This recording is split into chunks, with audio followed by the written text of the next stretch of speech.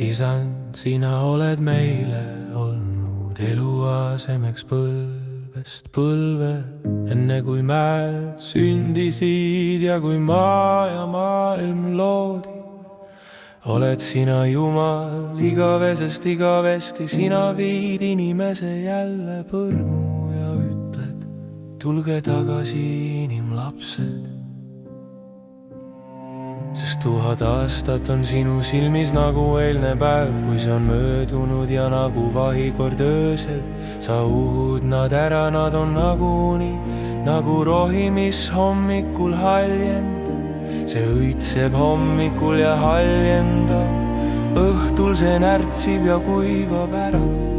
Sest sinu viha tõttu me lõpeme ja su vihaleegist me ehmume. Sa paned meie pahad teod enese ette, meie salapatud oma palge valguse ette. Sest kõik meie päevad mööduvad su raevu all, meie aastad lõpevad nagu ohe. Meie päevade mõõt on 70 aastat ja kui keegi on tugev 80 aastat. Ja parimal puhul on need ometi vaev ja häda. Jah, see möödub kähku ja me lendame ära. Kes tunneb su viha tugevust ja su raevu, nõnda nagu sind tuleb karta.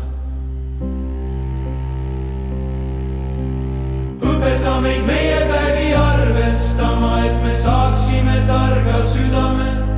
Pöördu tagasi, issand, oh kui kaua, halasta oma su laste peale. Täida meid hommikul oma heldusega, siis me hõiskame ja oleme rõõmsad kogu oma eluaja. Rõõmusta meid nii palju päevi, kui sa meid vabasid, nii palju aastaid, kui me nägime õnnetust.